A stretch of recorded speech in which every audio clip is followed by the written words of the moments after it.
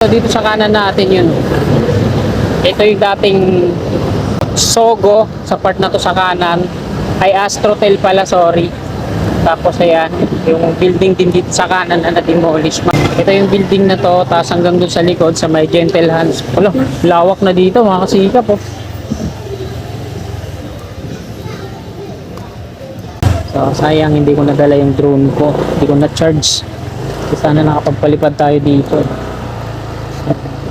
Malawak na pala dito, no? Kaya tayo dito sa may footbridge. Daming basura, no? Wala na din ang nililinis dito. Grabe naman yung basura dito sa taas ng footbridge. So ito na ngayon dito yung status. Ayan, no? Hindi na sinira yung wall dito. Bali, ang ginagawa, nilagyan ng mga scaffolding at parang i-retrofit. Sinimulan ko to, walang naniniwala sa paligid ko. Ano? Kaya magandang hapon po, Luzon, Visayas at Mindanao at sa mga kababayan natin dyan sa abroad, mga OFW, immigrants. Ayan, magandang hapon po sa inyong lahat. Nandito tayo ngayon sa may 20th Avenue dito sa Cubao, Quezon City, no? Ayan yung Aurora Boulevard, viaduct ng LRT2. So ngayong hapon ito mga kababayan, i-update ko kayo dito sa ginagawa nila Metro Manila Subway Contract Package 103. Ito po yung na station. Pasilipin lang natin yung ganap ngayon dito.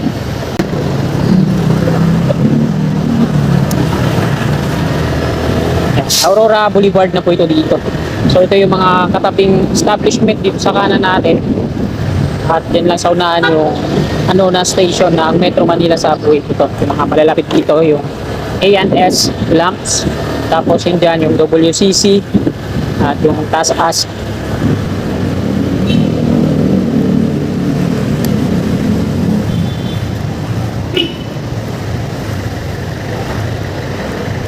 Tapos itong corporate center.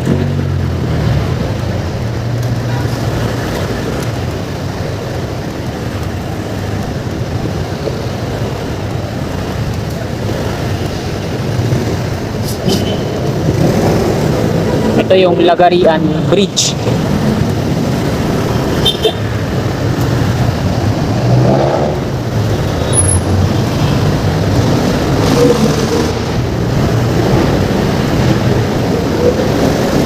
Ayan. Intersection pakaliwa na si street patungong Kalayaan at Viluna. So ito dito sa kanan natin yun. Ito yung dating Sogo sa part na to sa kanan. Ay Astrotel pala, sorry. Tapos ayan, yung building din dito sa kanan na na-demolish. Mamaya akit tayo dyan sa footbridge. Iikot muna tayo dito sa likod. Ito yung taas-as, so hindi na to magagalaw, ano?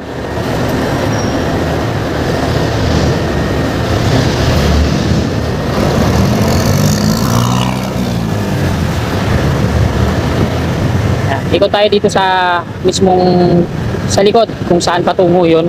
Sa may F. Castillo Corner, A. Lunay Street. So dito tayo dumaan kasi doon tayo sa may intersection, matatagalan pa tayo magantay ng magpalit ng green light. So dito dire-diretso lang tayo. Ito yung supermarket na malapit dito, High Top.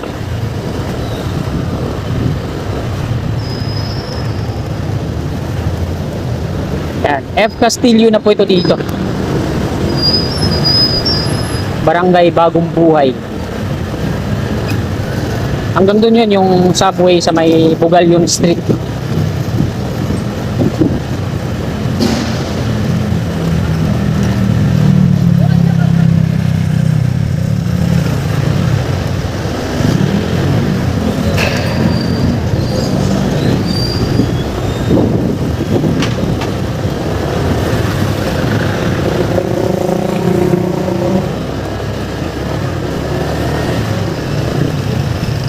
Dito sa kanan natin. Ito yung building na to, tapos hanggang dun sa likod sa may Gentle Hands. Wala, lawak na dito mga kasikap oh. Dito na sa kaliwa na maraming mga puno yan, tapos mga bahay, ayun napaka-aliwalas na yun Yan, ito po yung Antonio Lunay Street. Yan, may malaking crane doon. Dito. Ay grabe nga yung progress dito. Napakalawak, no? Ito na lang pala sa likod yung Gentle Hands, yung hindi pa nadidemolish. Ayan, napakalawak na dito. Tapos gumawa na rin sila dito ng gate.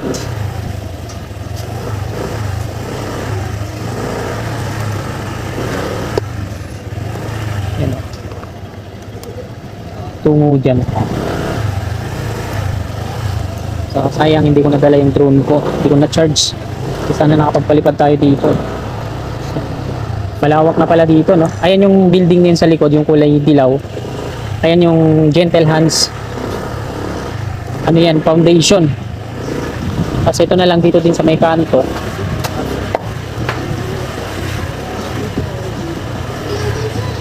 Hanggang dito yun mga kasikap sa may Pugalyon Street.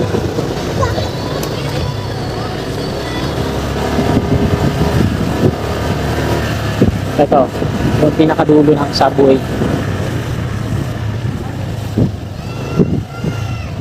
Yan, hanggang dito yan, eh, no? Merong markings dito na T2A. T2A nakalagay.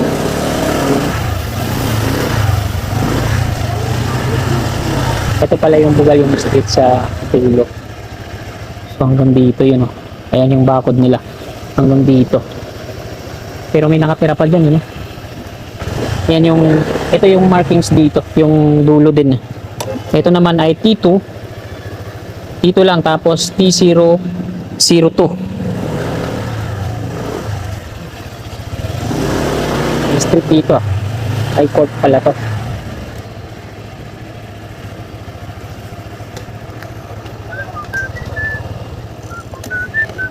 May covered court pala dito.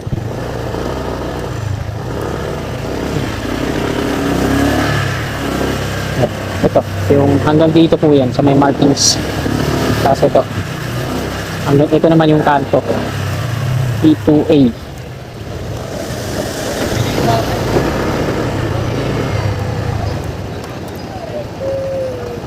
Yan, may ano pa nga dyan, sticker, kulay pink. Wala dito, ayan, wala nang laman loob to. Ito yung Gentle Hands INC.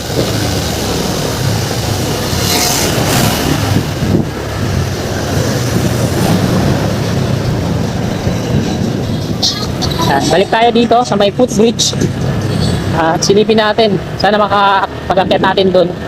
Hindi tayo sitahin pag umakyat tayo sa footbridge.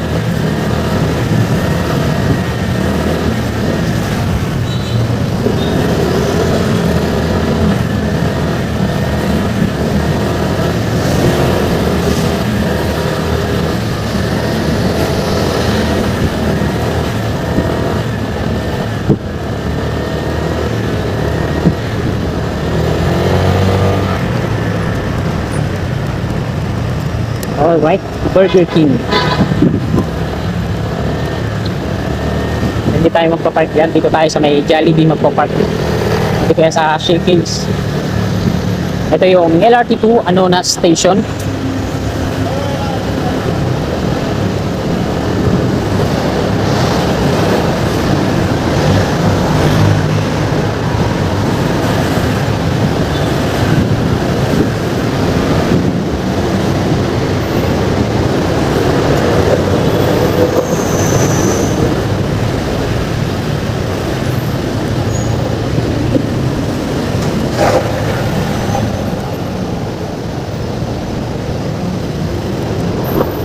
Hindi tayo makapag-park dyan. Walang space. Kaya dito tayo sa may Jollibee.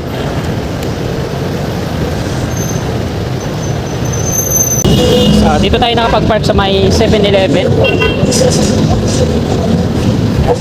Ayan yung Anonas intersection. Punta tayo dito sa footbridge. Akyat tayo dito sa footbridge.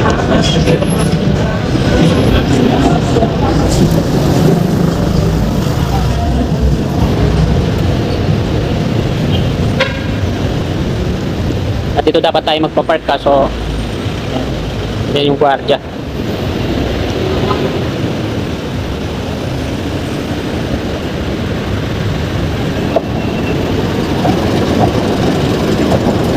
Kaya tayo dito sa may footbridge. Daming basura, no?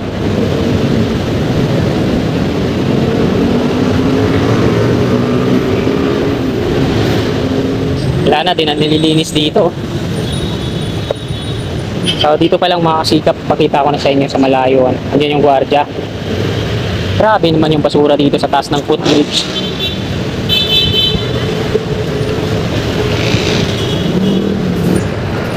Yan. Ito yung viaduct ng LRT2. Sa kanan natin yung ito yung patungong Santa Mesa. Sa kaliwa naman yung patungong Marikina.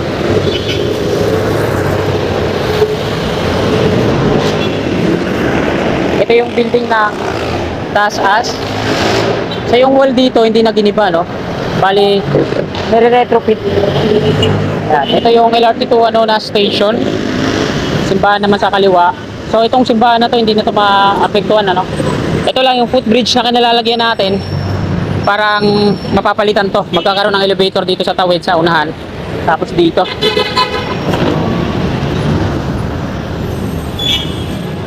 So sana hindi tayo mahalata dito, no? Yan yung gwardiya sa baba. So ito na ngayon dito yung status. Ayan, no? Hindi na sinira yung wall dito. Bali ang ginagawa, nilagyan ng mga scaffolding at parang i-retrofit.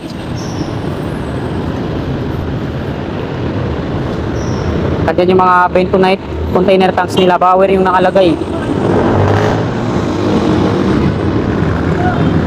Ayan yung WCC sa likod.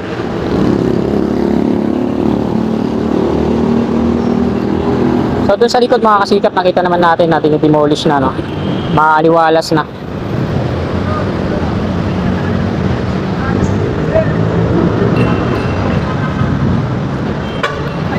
So ayan mga kasikap, hanggang dito na lang tong video na to. Marami pong salamat sa inyong walang sawa tumpay ng suporta. God bless. Wala